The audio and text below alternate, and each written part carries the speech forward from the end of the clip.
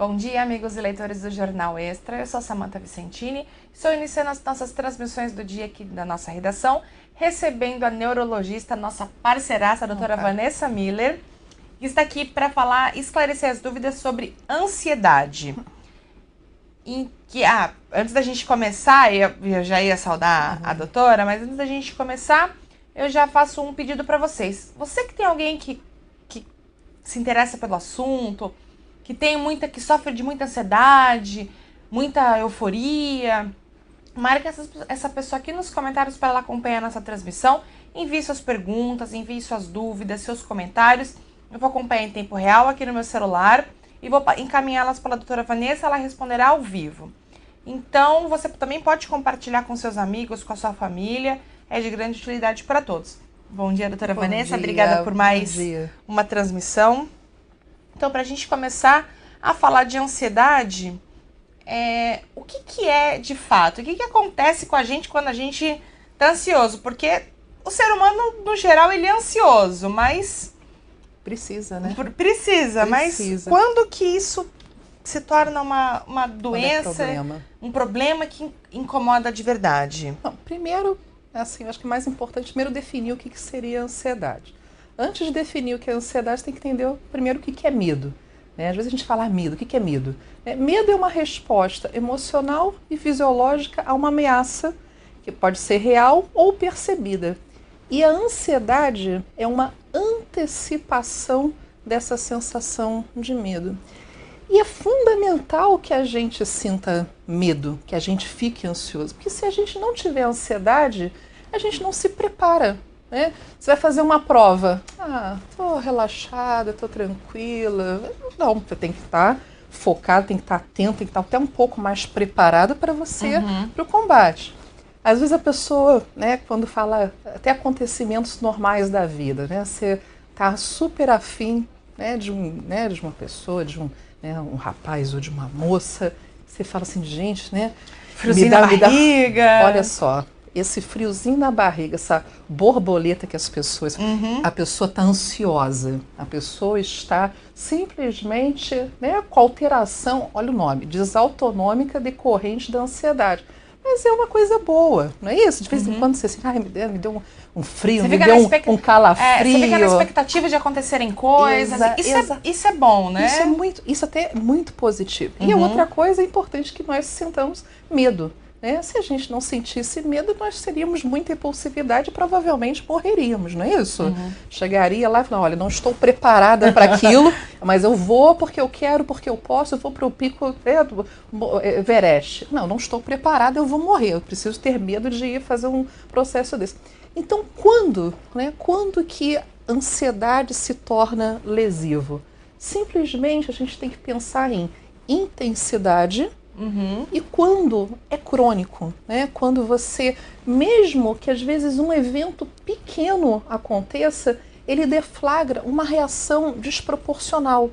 E aí, com essa reação desproporcional, a pessoa simplesmente prejudica, às vezes, né, as suas habilidades sociais, as habilidades laborativas. Então, a pessoa tem que ter prejuízo para pensar em ansiedade. Um transtorno de ansiedade. Transtorno de ansiedade. É o que a gente chama de TAG, né? Transtorno de ansiedade generalizada ou não? Olha, né? Aí você vai você sabe que medicina tem aqueles espectros, né? Exatamente. Você fala, é isso. Não é isso, tem várias coisas.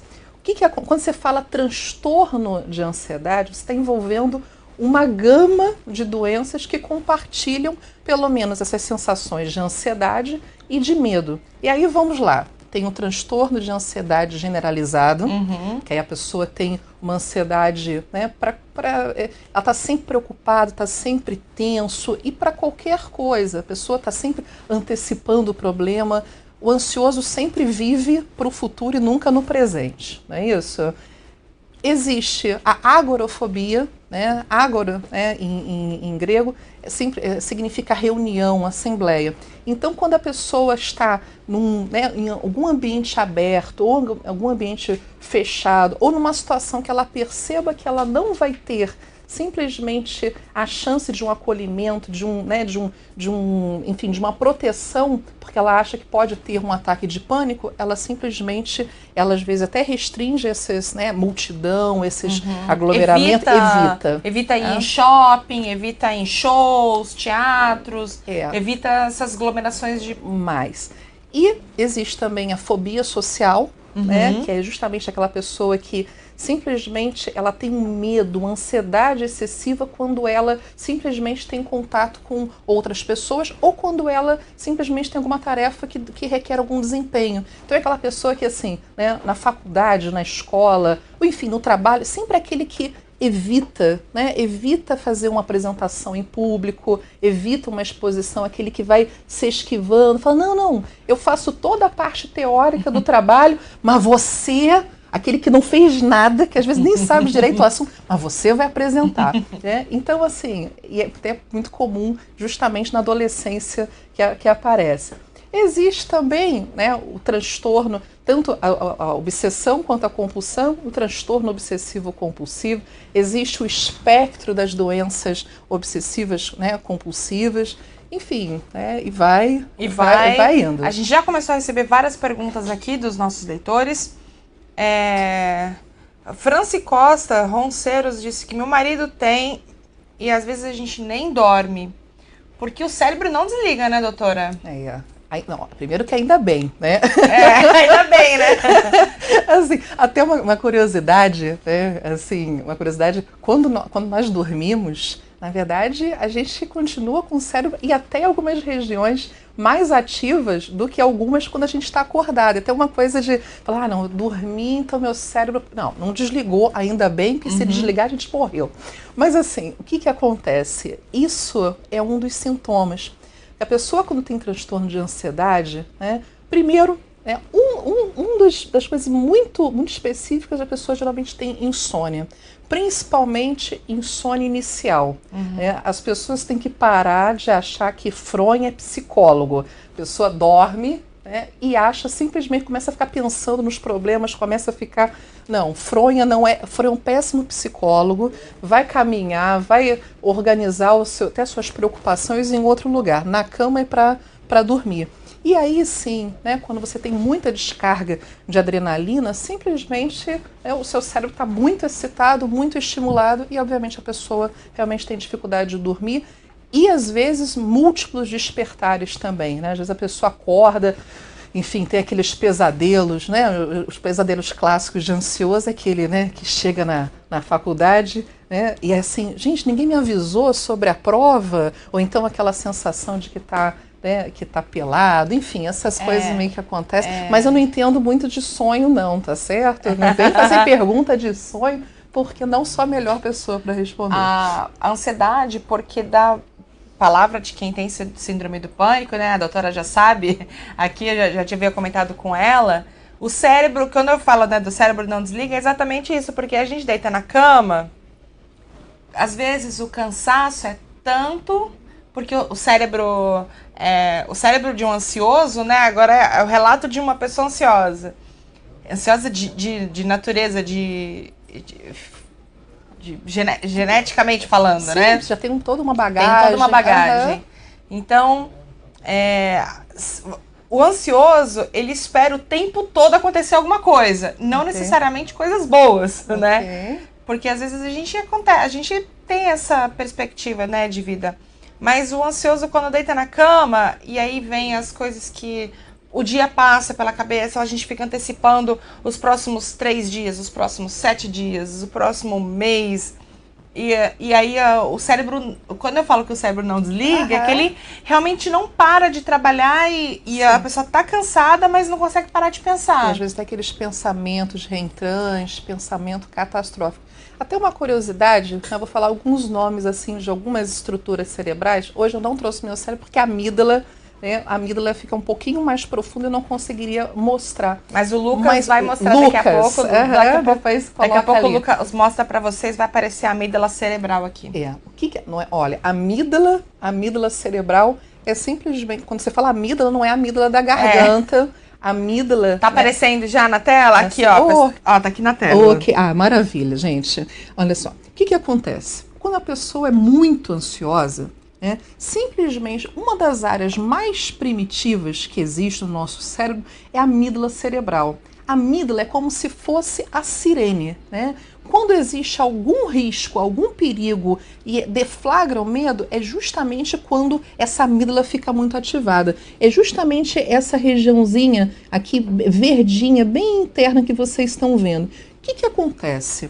Quando essa amígdala fica muito ativada e quando ela não tem uma inibição por essa região, quer dizer, uma das regiões, que seria até a região do córtex pré-frontal, aqui está representada com o órbito frontal, mas vamos ampliar um pouquinho mais, né? Essa região, ela é simplesmente a região da racionalidade, a região em que ela percebe assim, poxa, por que você está com tanto medo?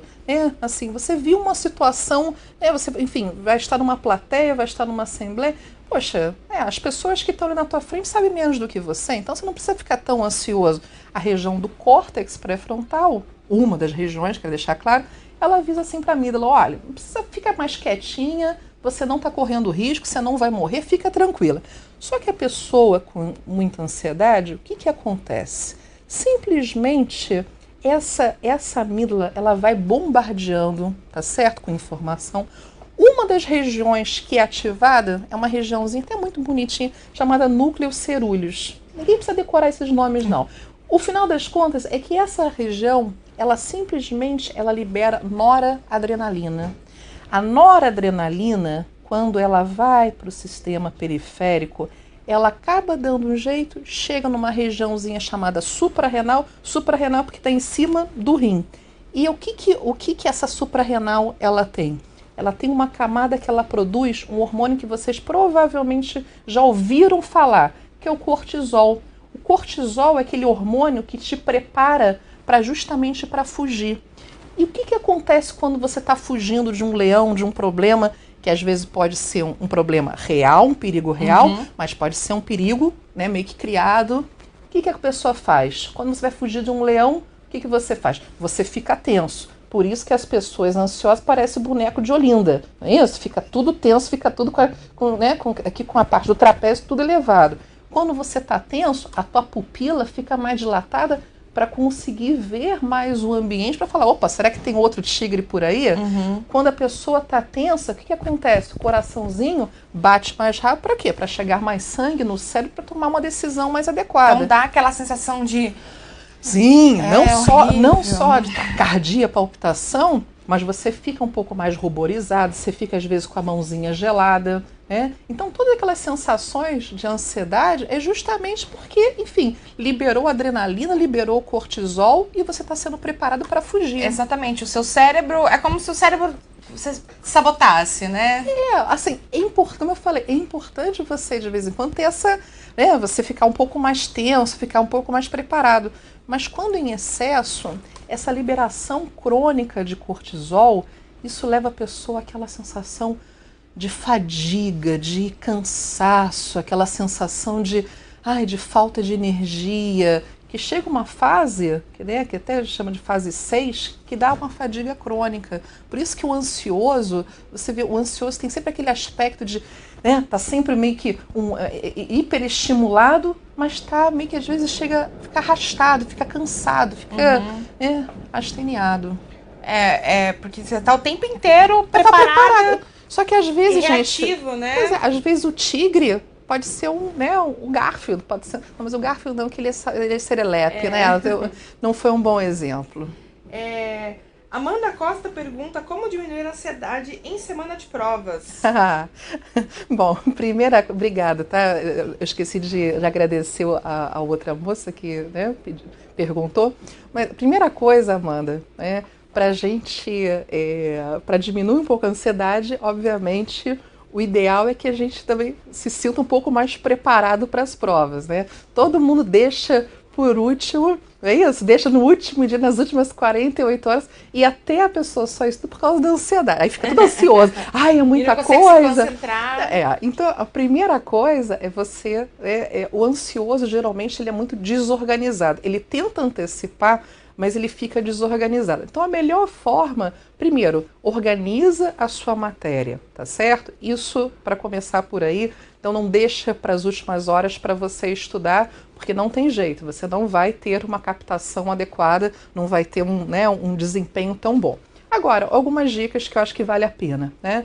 Assim, primeira coisa, até vou dar uma dica legal em termos de postura. Quando você estiver antes da prova, não fica naquela postura, né, de derrotado, né, mãozinha aqui, porque isso não tem jeito, vai liberar ainda mais cortisol e a testosterona, que é um hormônio masculino que a mulher precisa, né, também uma quantidade, 1:6 mais ou menos comparativa do homem, simplesmente vai diminuir. E a testosterona é boa para motivação, para você se sentir confiante. Então, antes da prova, você pode não saber nada, mas chega com a atitude, posição da Mulher Maravilha, que só isso já diminui o seu cortisol. A outra coisa, algumas técnicas, né, de relaxamento, principalmente nessa época, você precisa simplesmente...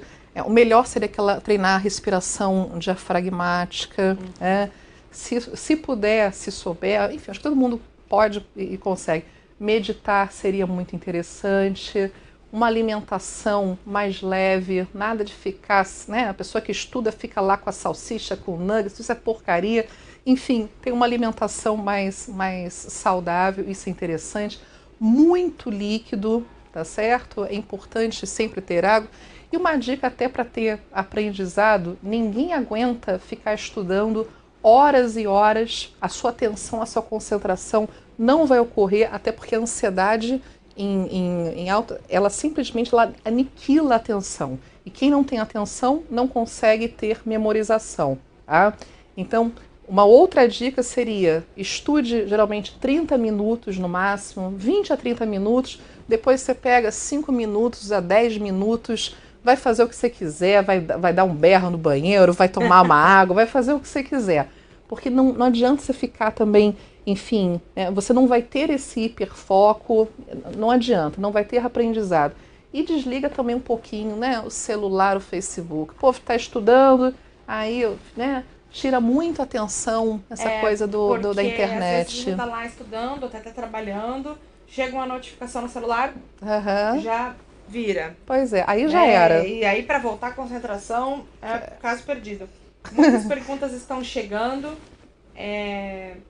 Obrigada a todos que estão nos acompanhando. Eliane Luso, ela fala que ela sofre muito com ansiedade. E ela pergunta, a ansiedade pode levar à depressão? Quais os sintomas reais? Assim, são áreas cerebrais, né? Quando você fala em ansiedade, depressão, geralmente são comorbidades, tá? Geralmente a pessoa que tem ansiedade, geralmente entra 50%, assim, tem uma outra comorbidade, que uma delas, a principal, seria a depressão. As pessoas que têm ansiedade e têm depressão, elas compartilham algumas regiões cerebrais que podem deflagrar esses sintomas, mas é uma outra fisiopatogenia. São doenças, tá certo? Diferentes, que acometem regiões cerebrais diferentes e que dão manifestação. Mas elas podem coexistir. E é claro que a pessoa que tem depressão, né, ela acaba, às vezes, piorando a ansiedade e vice-versa, porque as duas acabam, né, aniquilando a qualidade de vida da pessoa. Então, quer dizer, uma das coisas que ajuda muito para a ansiedade é a atividade física. Até aproveitando, acabei esquecendo da dica antes de fazer a prova, é muito legal exercício aeróbico. Até saiu uma pesquisa falando que depois que você faz um exercício aeróbico, 4 horas depois, a sua capacidade de atenção e memorização melhora, tá? Mas voltando assim, não adianta uma pessoa depressiva, ela às vezes não tem motivação, não tem energia para, por exemplo, fazer uma atividade física aeróbica que ajuda muito. Atividade física aeróbica, primeiro que o seu cérebro tem que acostumar que palpitação, né, não necessariamente é uma coisa ruim. Palpitação às vezes pode ser um esforço que você faz. Então, vale a pena. Quando está depressiva, a pessoa, por exemplo, não vai fazer isso. Graciela Ruiz Leite pergunta se a ansiedade engorda. Assim, primeiro porque engorda sim, tá? Porque quando você libera muito cortisol, o cortisol é um hormônio que tende a acumular gordura centrípeta, Não necessariamente, né, o gordinho vai ser ansioso, vide Buda, né? Buda, né, teoricamente, que é gordinho, né? Mas assim, enfim, né, volto, até me perdi, gente. Às vezes eu falo uma coisa, acabo me perdendo. Mas assim, o cortisol, ele geralmente retém mais líquidos, ele retém mais gordura nessa, né, mais na barriga, nessa região. E a outra coisa também, que é um tipo de ansiedade, seria justamente a compulsão alimentar, né? Às vezes a pessoa está muito ansiosa e ela simplesmente come não porque está com fome, come porque está ansiosa e de alguma maneira, né, ela estabelece justamente esse hábito e uma recompensa. Quando eu comi um chocolate eu me sentia mais relaxada. Só que daqui a pouco esse efeito já vai acabar e aí entra como se fosse até numa dependência, pode existir uma compulsão. E aí na compulsão vem às vezes sentimento de culpa, vem ganho de peso, enfim. E aí entra como se fosse um ciclo. Doutora, é o famoso abra a geladeira para pensar? Que você não tá com fome, você abre a geladeira e você fica, o que tem para comer? Mas você não tá com fome, porque quando você tá com fome, geralmente você já sabe o que você vai comer, mas você sabe prever o que realmente tem para comer. Mas existe esse fenômeno, né? De você abrir a geladeira e ficar caçando alguma coisa, né? Essa coisa do abrir a geladeira é aquele momento que você não sabe o que você vai fazer, você não tem um objetivo. Mais uma vez, a organização. Se você tivesse com foco, com objetivo, você não ia abrir a geladeira e ficava pensando, não é isso? Mas acaba que realmente a pessoa, às vezes, não está... Primeiro, às vezes não tem o que fazer, ou está cheio de coisa para fazer, mas, enfim, pegou aquele momento para refletir. Ou às vezes no chuveiro também, né? Ou até você fica mais refletindo no chuveiro que tomando banho.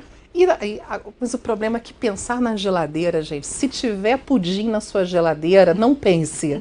Porque eles, né, o pudim tem, eu acho que um magnetismo, alguma coisa que é difícil, né? É difícil a tentação, gente, é complicado. Agora, se tiver só água na geladeira, não estou, né, indicando, você vai abrir, você vai pensar e falar assim, vou me hidratar, né? Não tem erro. Não tem erro. Sara Ramos de Freitas, ela comenta, não acredito muito em síndrome do pânico. Tem muita gente que tem essa mesma linha de pensamento, né? Que acha, síndrome do pânico não existe, é só você... É piti. Tem muita gente. Piti. Mas eu já ouvi tanto isso. Mas sabe o que acontece? Aí eu vou perguntar, assim, agradeço a colocação, acho que é um ponto de vista, mas assim, eu vou chegar para metade uma população e falar assim, eu não acredito que você seja hipertenso. Aí você fala assim, não, eu sou hipertenso, mas eu não estou sentindo nada. Eu não acredito. Aí você vai lá, aí coloca lá o aparelhinho de pressão e fala, poxa vida, estou com a pressão arterial 18/10, 180 por 100, realmente tem hipertensão arterial. Mesma coisa, chega assim, uma pessoa com diabetes, poxa, eu não acredito que seja diabética. Aí a pessoa chega lá com o exame na cara, fala assim, olha só, minha glicose é de 200, eu sou diabética. Acaba que os transtornos, né, comportamentais, os transtornos ansiosos, os transtornos afetivos, às vezes por você, embora exista exames que ajude sim, tá certo? Às vezes falta justamente, às vezes, esses marcadores biológicos para comprovar.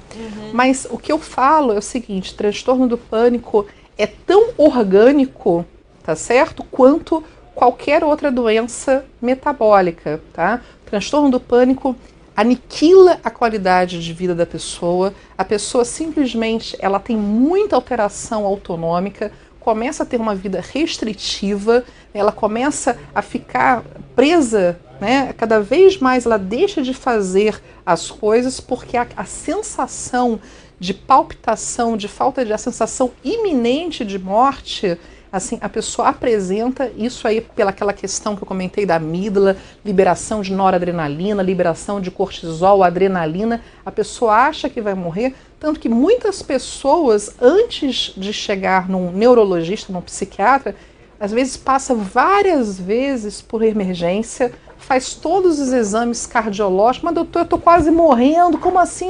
Enfim, não, eu senti que eu ia morrer, eu fiquei tonto, quase desmaiei. E a pessoa chega assim, não, mas você não tem nenhum problema cardiológico, você não tem problema pneumológico, você não tem problema clínico. Aí você chega assim, aí quando chega no neurologista, no psiquiatra, a pessoa já sofreu pra caramba, porque realmente ainda existe um estigma, não é isso? É que nem chegar pro depressivo e falar assim, vamos lá, você consegue isso aí, ó. Tá na sua cabeça. Eu quando fiquei depressiva, eu rapidinho já melhorei, eu fui caminhar, eu fui passear, eu fui fazer uma viagem. Gente, olha só, né? Ninguém chega para um cadeirante, né, e fala assim, olha, cadeirante, né, você tá com uma paraplegia, mas olha, você consegue ir pra maratona, porque é só você pensar que você consegue. Um depressivo, né, ele também não tem motivação, não tem energia, os neurôniozinhos estão hipoativados, né, a regiãozinha do córtex pré-frontal, o sistema límbico dele está desorganizado e não vai conseguir.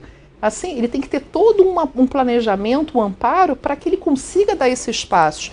E o ansioso, não adianta você falar, olha... Fica calma. Gente, fica uma pessoa... Nossa, você quer... Olha, doutora, desculpa te interromper, mas você quer deixar uma pessoa ansiosa. Pior é você falar, fica calma. Pior do que fica calma, querida. Isso... Nossa, olha... Agora, um relato de uma pessoa que tem síndrome do pânico... né? Gente, eu tô em tratamento já tem um tempo já, porque as pessoas falam assim, você tem síndrome do pânico, mas você trabalha? Pois é, é a mesma coisa, porque as pessoas acham mas diabetes, gente, diabetes, como é que você é diabético, menino, e você trabalha? As suas ilhotas beta de Langerhans não produzem insulina e você tá aqui de pé. Pois não é isso? Que é engraçado que as pessoas acham que, por exemplo, a pessoa depressiva tem que fica em casa chorando o dia inteiro. Ou a pessoa com síndrome do pânico, ela se isola. A vontade é essa. É real, a vontade é essa. A vontade, assim, não é que eu não quero ir trabalhar, né? Mas eu cheguei em um ponto drástico na minha vida que eu ia pra sair de casa pra trabalhar e eu tremia e chorava, não por não gostar do meu trabalho. Amígdala cerebral ativada. Por medo de sair de casa. Sim. Porque a gente mora, infelizmente, numa cidade perigosa, né? Isso ficou muito aflorado em mim. No Natal, no último Natal, na semana de Natal, eu tava de plantão. E fui descer do ônibus um dia e o moço que desceu na minha frente, ele desceu do ônibus e foi roubado. E eu fiquei assim... E no dia anterior, um moço foi assaltado na minha frente também. Aí eu não conseguia sair de casa. Sim. Eu tremia, eu chorava. Sim. E eu não tinha o que fazer, porque era bem mais forte do que eu. Mas, assim, enfrentei isso, continuei trabalhando e fui atrás de um especialista, sim, né? E comecei meu tratamento. E aí eu já melhorei, né, com a medicação, porque é rápido, né? Graças a Deus a medicação funciona rápido. Porque a gente tá perguntando a algumas pessoas aqui de medicação. Daqui a pouco eu vou chegar nesse ponto também, com a doutora. Mas é um inferno. Claro. É a definição de inferno. Acho que no dicionário deveria ser síndrome do pânico. Sim. Porque, por exemplo, eu tava dentro do ônibus, o ônibus fazia uma curva e falava, esse ônibus vai capotar. Sim, vai os bater pensamentos carro, catastróficos. tô na estrada, um carro vai bater, eu vou pegar o avião vai cair. Mas não é porque eu sou uma pessoa pessimista. Okay. Muito pelo contrário. Mas o transtorno de ansiedade, ele sempre... Isso, né? Exatamente. Né? Se tiver uma dicotomização, né, sempre vai achar que vai acontecer o pior. Nossa, né? E o meu marido também, eu chegava em casa, ele chega às vezes um pouquinho mais tarde do que eu, e eu chegava em casa e eu entrava em prantos, eu chorava, porque ele ainda não estava em casa, eu só ficava tranquila. No fim do dia, quando estávamos em casa, eu, meu marido e meu filho, eu ligava, às vezes, mandava uma mensagem pra minha mãe e perguntava se tudo bem com os meus pais que moram em outro estado. Tudo bem em casa, todo mundo vivo, todo mundo tranquilo. E o meu marido já chegou em casa uma vez, ele foi voltar do trabalho. Essa história, se ele estiver assistindo, ele deve estar rindo muito, lembrando, tadinho. Ele tava saindo do trabalho, aí ele pediu um táxi e ele me avisou, tô saindo do trabalho. pedi um táxi. Tá bom. Aconteceu um problema, o táxi apareceu, foi embora, ele voltou pro trabalho, chamaram ele. E tô em casa e nada dele. E nada dele. Acabou a bateria no meio. Então, quando ele chegou em casa, eu tava em prantos. Eu tava me tremendo toda. Sim. Em prantos, porque eu já tinha jogado o nome dele no Google, porque eu falei, bom, notícia ruim bem rápido. Já tava quase ligando pro hospital, para essas coisas assim, porque eu achei que tivesse acontecido alguma coisa, né? E é um inferno, gente, é horrível. Sempre penso o pior, é catastrófico, né? Então, Sara, assim, você não acredita muito em síndrome do pânico, mas eu vou te falar que eu vivo essa realidade e é horrível mesmo. Sim, sim. Jaqueline Alves, ela fala, sou mega ansiosa, dependendo do caso eu menstruo automaticamente, mesmo fora do período. Isso é normal ou pode me causar problemas? Quando você fala que, assim, né, todas as doenças que envolvem, na verdade, até a ansiedade, depressão, você, né, quando eu falei algumas, né, o mecanismo, a fisiopatogenia, é claro que é muito amplo, né, o nosso cérebro ele funciona de uma forma muito, né, interativa com todas as células. A região, principalmente da adenohipófise, da neurohipófise, ela recebe muita influência do nosso comportamento, né? E quem regula o fluxo, né, o menstrual, a menstruação, é justamente hormônios, né, da adenohipófise, como o FSH e LH. E às vezes a pessoa, quando está ansiosa, ela pode mudar completamente o ciclo menstrual por conta disso, né? Então é mais ou menos nesse sentido. Agora, o mais importante, você deve procurar, obviamente, né, um ginecologista, mas antes de procurar um ginecologista, é interessante procurar um neurologista, um psiquiatra, porque assim, o que está levando a essa desorganização hormonal? Se existe um nexo, né, causal que você já percebeu, olha, eu fico ansiosa e aí eu não menstruo, eu menstruo, ou tem uma irregularidade, então não adianta você tratar a consequência e sim a causa, né? Exatamente, porque vai acabar continuar acontecendo de qualquer forma, né? Dani Hirakawa pergunta se a ansiedade é hereditário. Ela tem e o filho dela também. Ela falou, ou é a convivência que interfere? Entendi. A melhor forma da gente sempre estudar, né, o que é mais genético, mais ambiental, quando você compara gêmeos idênticos, né? E assim, quando você pega gêmeos idênticos que moram em ambientes distintos, você sabe que tem 60%, 60% a 75% deles vão ter comorbidade como o transtorno de ansiedade. Então, assim, o ambiente, é claro que ele influencia, tá certo? Principalmente em pessoas que têm transtorno estresse pós-traumático, tá certo? Mas se a pessoa não tiver uma suscetibilidade genética, dificilmente a pessoa vai ter um transtorno ansioso. Tem que ter o seu genzinho com essa suscetibilidade para dar aquela, né? Eu sempre falo, você tem o gen que é a tua arma, mas o gatilho é justamente o ambiente. Coexiste. Caminham juntos. Alguns comentários, Elaine Luso diz que já teve síndrome do pânico. Lina Pacheco, ela diz que tem, fica com falta de ar e trêmula. Dá até tonteira, ela fica nervosa. Sim. O Alex Ferreira disse que é portador da síndrome do pânico há 8 anos e é uma luta diária. As pessoas encaram como frescura, mas é uma doença séria. Lívia Queiroz disse que é muito ansiosa, às vezes ela fica com dor de cabeça intensa. O cérebro não para, Não para. E tem não só dor de cabeça, mas a pessoa pode ter várias doenças associadas, né? Às vezes a pessoa procura um gastroenterologista, eu tenho gastrite. Gente, às vezes o ansioso produz muito, né, ácido clorídricozinho no estômago e simplesmente aumenta, né, a acidez e aí dá a gastrite, né, dá o comprometimento. Entre outras coisas, né, disfunção erétil, a pessoa pode ter, enfim, qualquer alteração, né, somática, né, com a síndrome do pânico, com o transtorno de ansiedade. A Lina Pacheco, ela disse que me dá muita insônia porque ela fica muito ansiosa com o dia seguinte, com as coisas para fazer e resolver, porque ela tem muitas responsabilidades. O Lucas Moura pergunta, remédios psicotrópicos podem causar danos permanentes? Ok.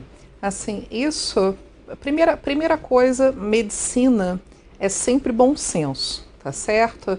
Então para cada caso, você tem que particularizar e até para você saber, olha, para esse paciente, uma terapia cognitivo-comportamental pode, né, ser bem resolutivo. Para esse paciente precisa uma terapia cognitiva, mais uma medicação, um psicotrópico. Tem pacientes que não vão responder, aí tem outras técnicas, até mesmo como a estimulação magnética. O que eu vou falar para você? Quem prescreve psicotrópico é porque provavelmente existiu uma necessidade, tá certo? Agora, medicamento é como se você abrisse, tem esse exemplo que eu acho fantástico, abrisse o capô do carro, você joga lá, o óleo, que seria a medicação, ele vai cair no motor? Vai cair no motor, mas também vai cair em outras regiões, como lá a aguinha do esguicho. Então, a medicação sempre vai ter efeito colateral, tá certo? Porque ela não vai especificamente no neurônio que é causador, dessa ansiedade. O que você deve estar falando, principalmente, existem alguns estudos que mostram que as pessoas que utilizam benzodiazepínico durante um período superior a 6 meses, pode ter uma incidência maior de déficit cognitivo. É complicado, porque quando os estudos com medicação são estudos que geralmente você tem um acompanhamento, até pelos laboratórios, de 6 a 12 meses, Assim, você não tem muitos estudos que acompanhem, Agora também, nesses estudos é um pouco falho, porque são tantos fatores, tantos vieses, que você não sabe se a pessoa realmente teve um déficit cognitivo por conta da medicação ou porque tinha uma suscetibilidade genética, porque tinha outros fatores. Eu acho que assim, o mais importante se você também está sofrendo muito, está tendo comprometimento, não está trabalhando, não está, assim, é um sofrimento tão grande que a pessoa tem que recorrer a um tratamento, tá certo? Então bom senso nisso aí. Cadê? Cláudia Santos pergunta se a ansiedade agrava a gastrite, a doutora já falou também, né? Sim, bastante. Samantha Sani, ela diz que descobriu que tem pânico e ansiedade no ano passado. Hoje em dia, antes de dormir, ela sente um bolo na garganta que às vezes a impede de dormir. Ela fica muito nervosa. Isso pode ser um sintoma, doutora? Com certeza. Isso que está falando é o bolo faríngeo, aquela sensação de constricção, Lembremos novamente, a amígdalazinha libera lá no núcleo cirúrgico noradrenalina, chega lá embaixo suprarrenal, liberou cortisol, liberou adrenalina, todas as célulazinhas periféricas do nosso corpo vão sofrer com essa adrenalina, O que acontece? Pode ter qualquer dessas sensações, essa sensação de aperto, de bolo, sensação de que você não está conseguindo respirar, isso tudo podem ser sintomas, sim, da ansiedade. Você deita, aí dá daquele sufoco. Sim. Você senta, dá um desconforto.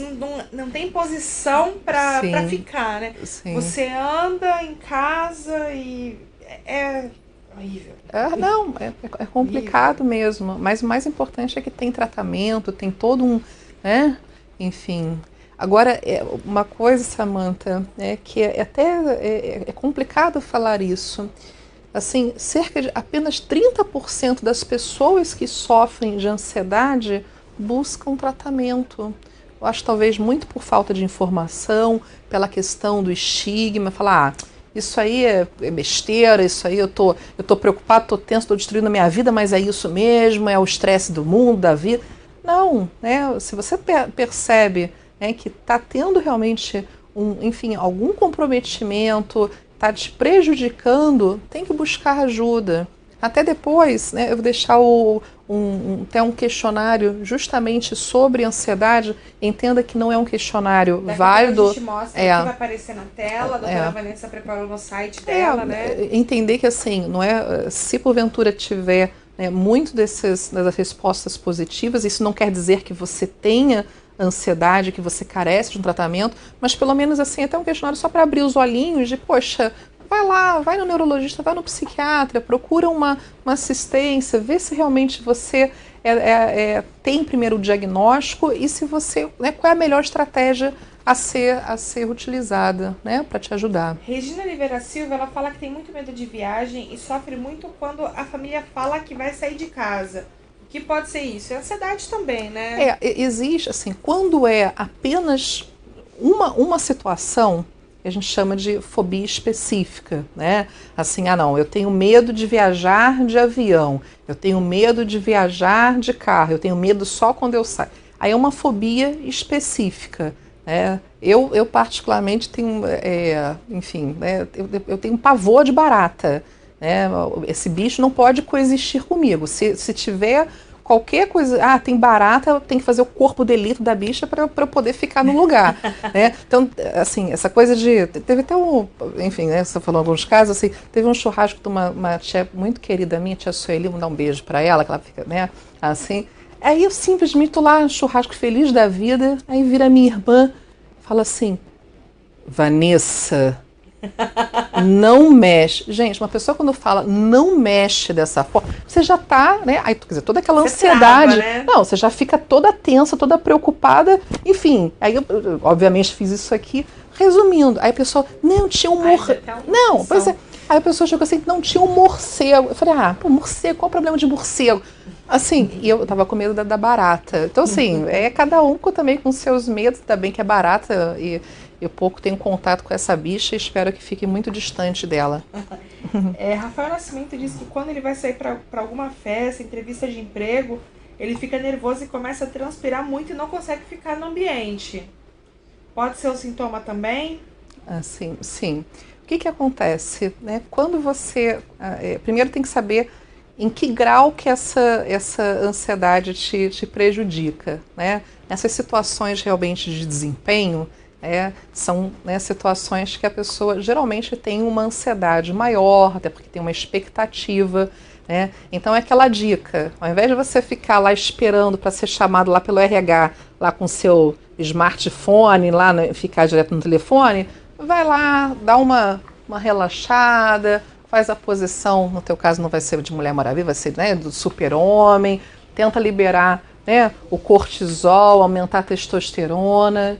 Enfim, cada um sinaliza de uma forma, né? A sudorese pode acontecer, enfim, né? Utiliza lá antitranspirante, vai com uma blusa escura, enfim. E o mais importante, assim, se você tem ansiedade, gente, ansiedade é normal. O anormal é ansiedade excessiva, né? Então, assim, alguém chegar para você e perceber que você está ansioso, é claro que assim, você se sente um pouco inquieto, mas assim, entenda que é o seu corpo que está mostrando que você está se preparando para a batalha. Vai, faz a sua parte, conversa, fala, mostra o que você tem, sabe? E chega lá preparado e provavelmente vai dar tudo certo. Boa sorte para você na próxima entrevista. Gi Menezes comenta que faz tratamento para depressão e síndrome do pânico há mais de 10 anos. Mas ainda assim tem picos de crise durante mesmo com o tratamento. Uhum. Ela pergunta, os medicamentos causam danos? A doutora já respondeu, mas assim, uma questão chave, não tem cura nunca? Olha, a maior parte das doenças não tem cura, né? Quando você pensa em cura, assim, é interessante você pensar, eu tive uma infecção e aí tomei um antibiótico e curei. Mas depressão, transtorno de ansiedade, hipertensão arterial, diabetes, enfim, qualquer dessas doenças, você não tem cura. A cura provavelmente só vai existir quando a gente conseguir fazer um mapeamento genético, enfim, né, que consiga entender exatamente quais são os genes e fazer uma modulação gênica para essas doenças. Eu acho que o mais importante é assim, existe alívio, existe suporte, né? Uma pessoa que tem diabetes, ela vai tomar lá a sua metformina, vai tomar lá às vezes a insulina e ela vai conseguir viver bem, tá certo? E isso é uma coisa que eu reparo muito, né? Eu reparo muito ninguém, quando fala assim, eu tomo lá o captopril para pressão, ninguém fica falando, eu sou dependente de captopril, eu quero me livrar, desse captopril. Esse captopril me faz... Ninguém fica falando tal, né? Assim, não tem nada contra o captopril, um medicamento bom, inibidor de ECA para hipertensão, excelente. Mas assim, quando alguém toma uma medicação, assim, né, ou para depressão, para ansiedade, a pessoa, esses remédios controlados, eu não preciso disso, eu não quero isso. Gente, da mesma forma que assim, né, eu também não gostaria que a pessoa tomasse um captopril para pressão, mas cada caso um caso. E como eu falei, existe técnicas, como eu até, enfim, trabalho com uma delas, que é a estimulação magnética transcraniana, que tem tido muita resposta positiva, principalmente nos casos de depressão, e que tem reduzido, né, até a utilização das medicações, enfim, e que também se torna uma esperança para pacientes que não tiveram uma resposta positiva com as medicações. Então, assim, né, a medicina está evoluindo também nesse sentido. Érica do Fábio Ferreira, ela diz: meu esposo, depois de passar 3 anos lutando contra a enfermidade, desenvolveu um medo terrível de tudo, de andar na rua e de ir a médicos e fazer exames. Ela pergunta se isso é síndrome do pânico. É claro que cada caso é um caso, né, doutora? Mas eu só não entendi uma coisa. De uma forma geral que ela falou, eu escutei mais do médico e de procurar ajuda, ela falou, depois de 3 anos lutando contra uma enfermidade, desenvolveu um medo terrível de tudo. Ok. Desde andar na rua até ir a médicos e fazer exames. Aí provavelmente é um transtorno de ansiedade generalizado e que deve ter tido alguns eventos de pânico, né? Só para entender, assim, quando você fala em transtorno de ansiedade, assim, o pânico, né? Imagina que você tem um nível de ansiedade como se fosse basal, que todos nós temos e precisamos, tá certo? O transtorno de ansiedade, ele sempre mantém mais ou menos num nível mais ou menos moderado. O pânico, ele faz como se fosse picos. E até uma curiosidade, o transtorno obsessivo compulsivo, ele é o nível crônico maior que uma pessoa pode suportar, tá certo? Mas o pânico ainda, numa duração menor, tem um pico mais elevado. Marcos César pergunta se a ansiedade prejudica a memória. Prejudica principalmente a atenção, né? Porque imagina o seguinte, uma pessoa ansiosa, ela está literalmente, por exemplo, na selva, ela não sabe de onde que está vindo o perigo, tá certo? Então é muito difícil a pessoa ansiosa ter foco, ter atenção, ter concentração. Se você não tem foco, não tem atenção, não tem concentração, simplesmente você não vai ter atenção, e se não tiver atenção, você não tem como captar a informação, então você não vai ter memória. Por isso que às vezes as pessoas confundem muito. Eu tenho déficit de atenção e às vezes a pessoa tem transtorno de ansiedade e que leva ao déficit de atenção. Mas também pode coexistir, tá? As duas coisas. Sobre a medicação, voltando aqui ao assunto, a gente recebeu um comentário da Ofélia Alves. Ela fala que ela toma o Prazolam há 4 anos, e ela pergunta, é melhor para transtorno de ansiedade e pânico? Ela não se conforma de ter que tomar medicação para isso. Entendo. Assim, cada caso é um caso e medicação, né, requer toda uma precisão diagnóstica, até para saber se é o mais adequado para você. Então, medicação realmente tem que ter toda uma organização, um planejamento para definir, né, qual seria o melhor medicamento para cada pessoa. Eu entendo, medicamento é chato, né, a pessoa lá, até mesmo pílula anticoncepcional, né, ninguém gosta de tomar, né, pílula anticoncepcional ou tomar um captopril, ninguém gosta de precisar de algo para se sentir bem, mas eu acho que pior do que você simplesmente ter prejuízos, né, e nessa balança, enfim, às vezes tente ter um pouco mais de resiliência e às vezes outras estratégias mesmo, a meditação, às vezes atividade física, uma mudança às vezes de comportamento e numa terapia cognitivo-comportamental, às vezes você pode um dia assim ficar livre, por que não? A gente está recebendo muitos comentários, nosso papo estamos aqui, deixa eu ver, com quase 50 minutos de bate-papo, muitos comentários, eu estou tentando pegar aqui, porque muitas pessoas estão fazendo perguntas próximas, né? Cadê? As pessoas estão perguntando, no geral, doutora, como fazer para controlar a ansiedade. Porque, igual teve um comentário bem pontual, né? Do Ricardo Rubim. Eu não conheço uma pessoa que não sofra de ansiedade, mesmo em proporções menores. E ele também faz a pergunta. Ele toma 3 remédios para dormir. Os usos desses medicamentos podem trazer a longo prazo doenças como Parkinson? Parkinson, provavelmente não, porque Parkinson envolve um outro neurotransmissor, né, que é a questão da dopamina. Geralmente as medicações que você utiliza para ansiedade não envolve esse neurotransmissor, a recaptação. Né? E só um instantinho, a gente já conversou sobre Parkinson aqui já teve. Se você quiser, era outro estúdio ainda, se você quiser rever nosso bate-papo sobre Parkinson, já falamos sobre Parkinson, sobre Alzheimer, sobre epilepsia. Tivemos vários bate-papos bem bacanas. Pode olhar aqui nos históricos de vídeo do Facebook do Extra, que tem todos os vídeos lá que a doutora Vanessa já participou também. Ela explicou bastante sobre Parkinson também, foi bem legal. Aproveita lá.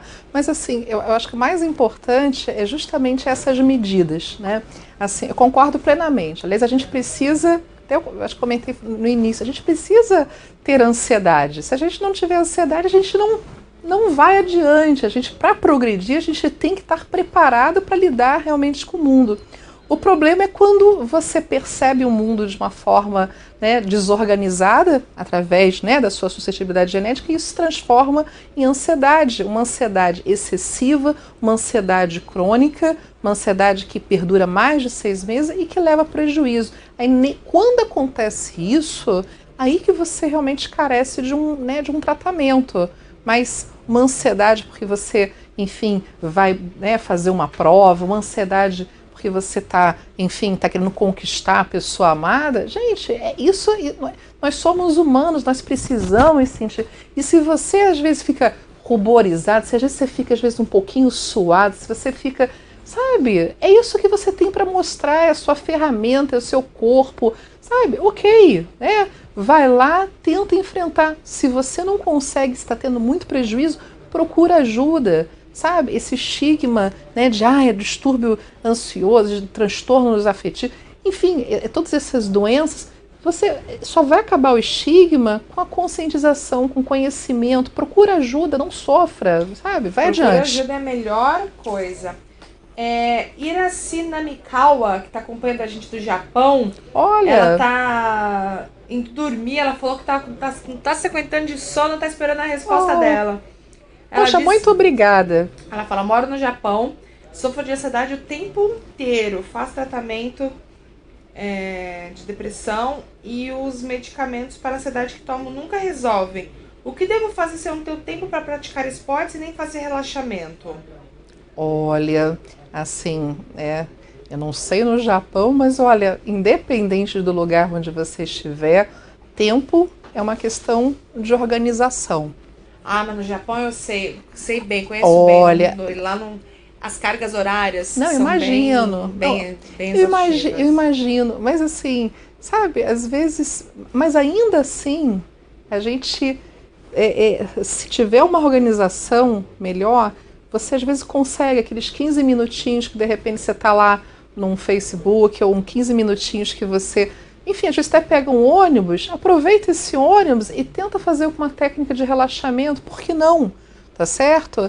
Agora, é claro, eu entendo plenamente, tinha um professor meu que falava sempre saber o certo e fazer o possível, a gente tem que tentar, né, organizar um pouquinho, enfim, as nossas demandas, as nossas angústias com aquilo que a gente pode fazer, mas assim, procure, né, organizar um pouco o que você possa fazer, e não é só medicamento, né? Assim, existem outras técnicas, né? Como eu até falei da própria estimulação. Eu não sei, no Japão eu acho que já está bem avançada também a questão de neuromodulação, mas assim, a gente precisa, é a moeda de troca, né? O que a gente está pegando para a gente, o que a gente está comprando com o nosso tempo, né? Será que é aquele tempo que você está trabalhando, enfim, para comprar um determinado objeto? Será que esse tempo desse objeto é mais importante do que o tempo para a gente caminhar? Às vezes a gente faz umas trocas de uma moeda que às vezes é até um pouco injusta, e a gente só percebe,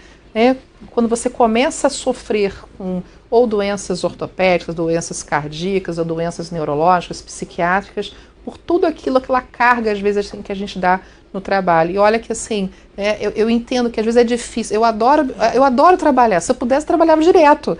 Mas adoro trabalhar. Mas, às vezes, realmente, ter equilíbrio na vida é muito difícil mesmo. A Adriana, e assim, e complemento, quando se tem síndrome do pânico e depressão, é mais complicado ainda, né? Encontrar esse equilíbrio. Muito. Porque a fadiga é muito grande, você chega em casa. Eu chegava em casa. É muito penoso. Era padrão. Chegava em casa, dava um beijo no meu filho quando eles já estavam em casa, meu marido e meu filho. Chegava em casa, dava um beijo nos dois, deixava a bolsa em cima da cama, trocava a roupa e ia dormir. E assim, chegava em casa às 7 horas da noite, ia dormir 7 horas da noite, acordava. Sim. No dia seguinte, às 6h30 da manhã, mas assim, ia dormir acordava a noite inteira, porque você não tem uma qualidade de sono. Sim. Quem tem síndrome do pânico, ansiedade, sabe o que eu tô falando. Você não tem uma qualidade de sono, a menos que você faça uso de medicamentos, né? Acorda a noite inteira, tem pesadelos que te mantém, você acorda no pulo. Sim, sobressalto, né, aquela coisa. E acaba acordando cansado porque você não teve uma noite de sono boa, né? Não, com certeza. É uma roda gigante. A Adriana Azevedo, ela diz que minha filha está com alterações no exame de cortisol e não tem nada clinicamente visto para endocrinologista.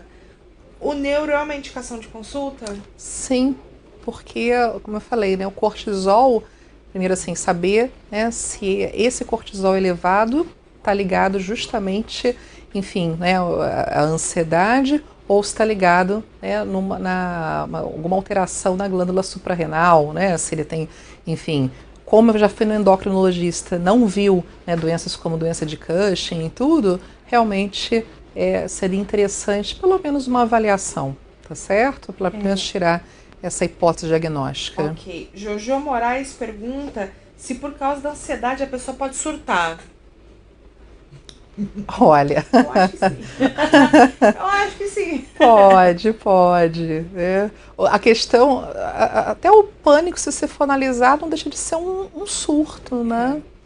O problema eu falei rindo aqui, gente. Assim, hoje eu consigo falar rindo, porque é muito ruim. Sim. E você não tem controle, né, doutora? Não, como eu falei, cada um, né? Por exemplo, é ridículo, né? Uma mulher de mais de 1,70 m e pouco subir numa mesa por causa de uma barata, não é isso? Quem olha assim a situação é esdrúxula. Tô falando assim, no meu caso, fobia específica, né? Assim, é esdrúxulo, mas o nosso cérebro, né, se a minha amígdala está falando, olha, enfim, sinalizando que está realmente para me colocar medo, alerta, não tem controle. Até uma curiosidade, a região da nossa racionalidade tem uma velocidade de condução das nossas fibras menor do que essas regiões mais internas, mais primitivas. Então, o nosso primitivo sempre vai ganhar dessa parte racional. Então, assim, às vezes não adianta você falar assim, não, eu posso, eu consigo. Ajuda muito esse otimismo, esse positivismo, mas é algo que às vezes transcende essa nossa capacidade de lidar. Às vezes as pessoas acham que conseguem lidar sozinhas, porque isso aí é coisa de mimimi, isso é coisa de menino ou menina riquinha, que pode ir pro psicólogo, pode fazer essas coisas. É doença de... Nossa! Olha, que eu já vi tanto isso na família. Você é pobre, que depressão é doença de rico, você não pode ter depressão, não. Olha, depressão é uma doença, depressão e ansiedade é uma das doenças mais democráticas. Né? Qualquer pessoa literalmente pode ter, viu? Muitas pessoas estão compartilhando conosco seus relatos.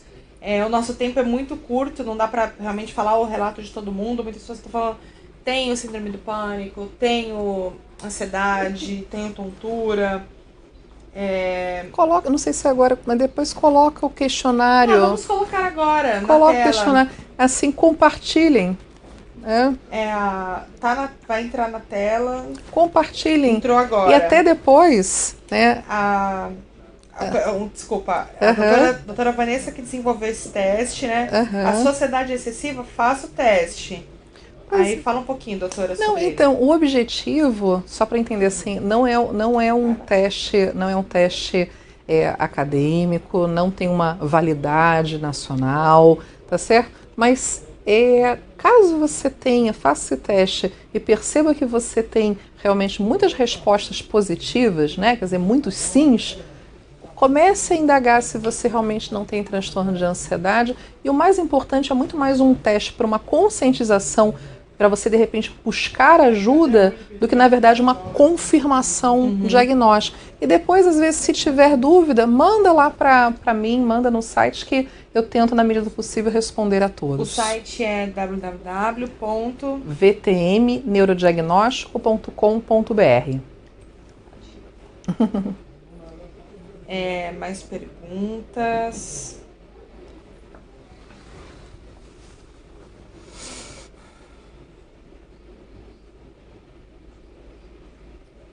Mais pessoas estão acompanhando no Japão. Maicon, olha só, Maicon, que maravilha. Boa noite, fora do Japão. Boa noite, né?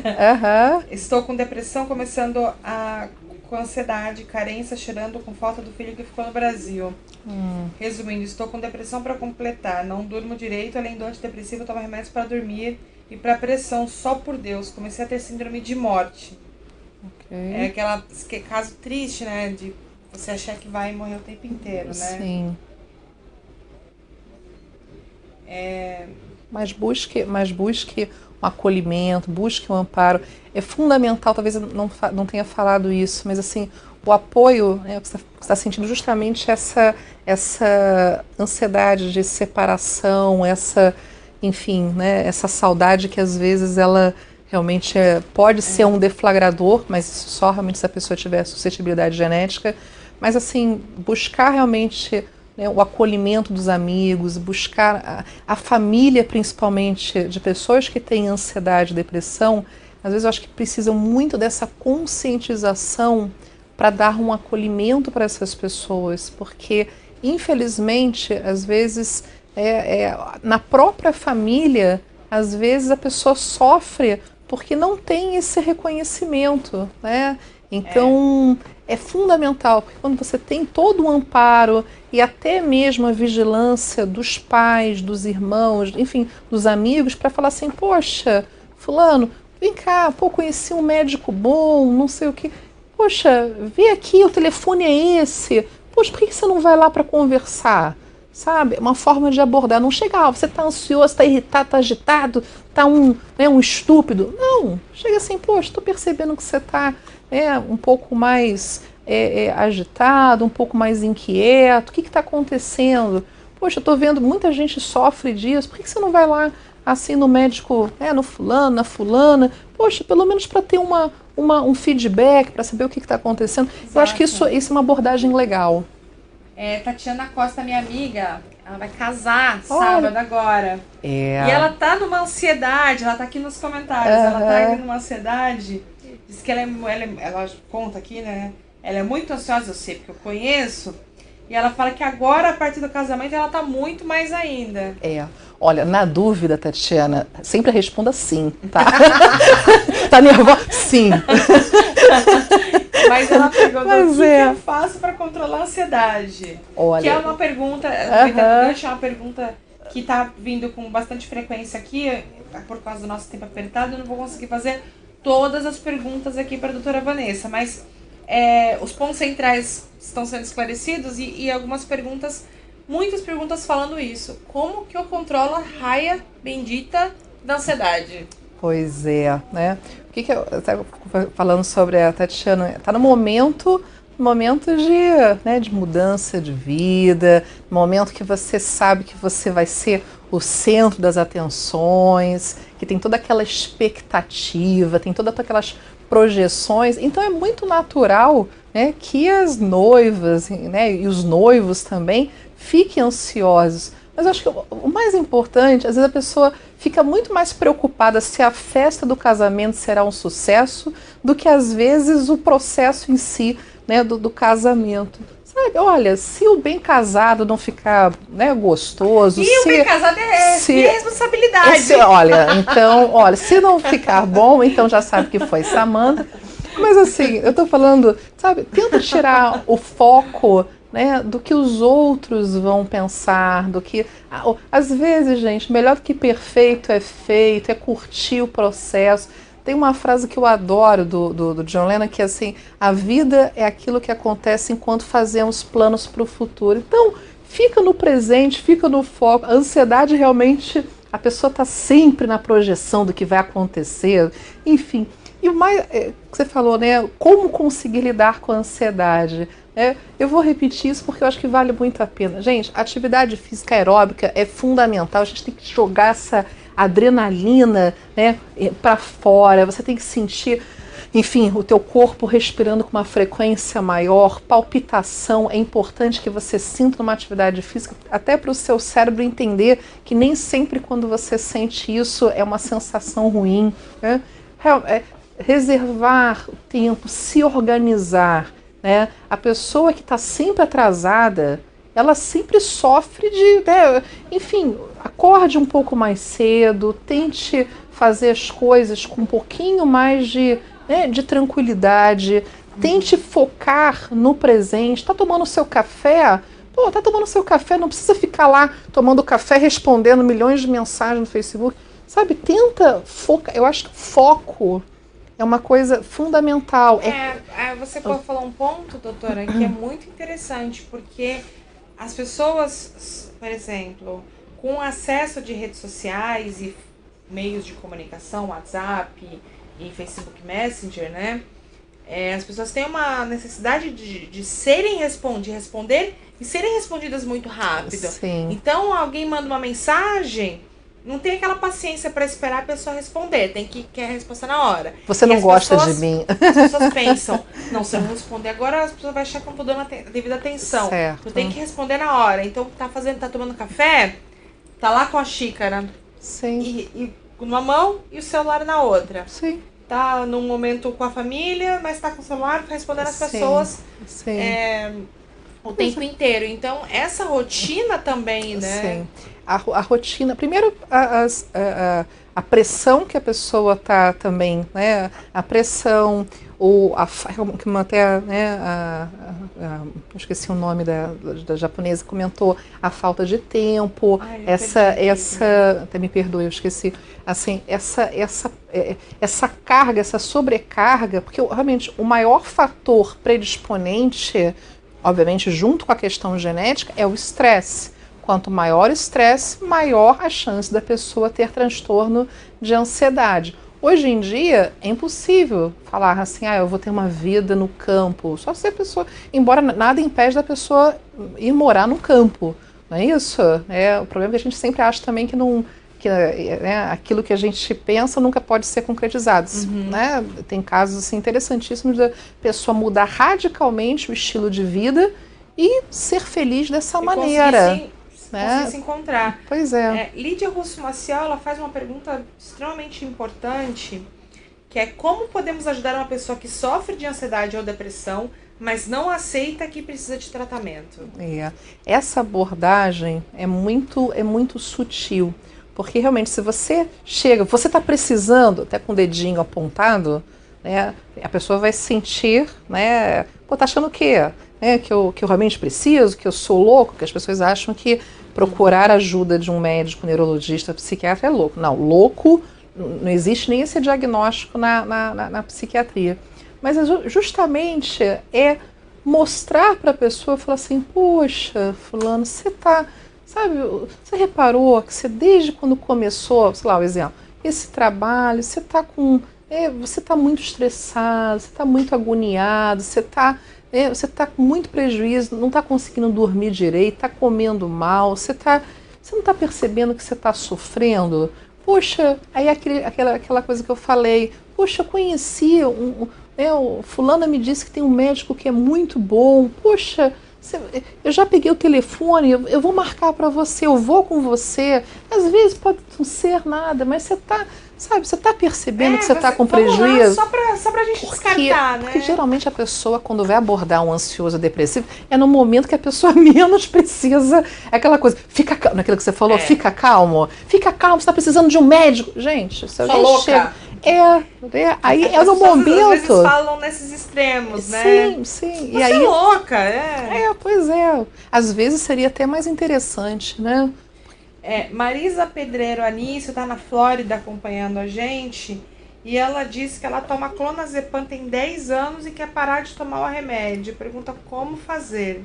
Tem que ir no médico, né? Tem que ir no médico. Não dá pra parar sozinho. Não, e principalmente, assim, ver se realmente você tá em que situação da sua vida, se você ainda manifesta sintomas. Agora, quando você realmente não está mais com sintomas, ainda mais o clonazepam, que é uma medicação que tem também, né, em gotas, geralmente começa a fazer uma redução gradual, mas sempre vá ao seu médico, peça ajuda, porque ele vai organizar de que maneira essa redução pode ser feita, né? Mas que notícia boa!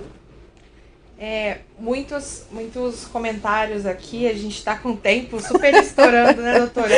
Então vamos, para a gente finalizar, eu peço desculpas aos leitores que a gente, infelizmente, não pôde fazer os comentários, mas foram, eu li todos aqui que apareceram aqui para mim, foram todos de temas que a gente já falou, ou sobre perguntas próximas, né? Então, só pra gente finalizar o seguinte, então vamos lá. Ansiedade, síndrome do pânico, não tem cura. Vou fazer um bate-bola pra gente finalizar. Não tem cura, né? Não tem cura. Mas tem tratamento. Perfeito.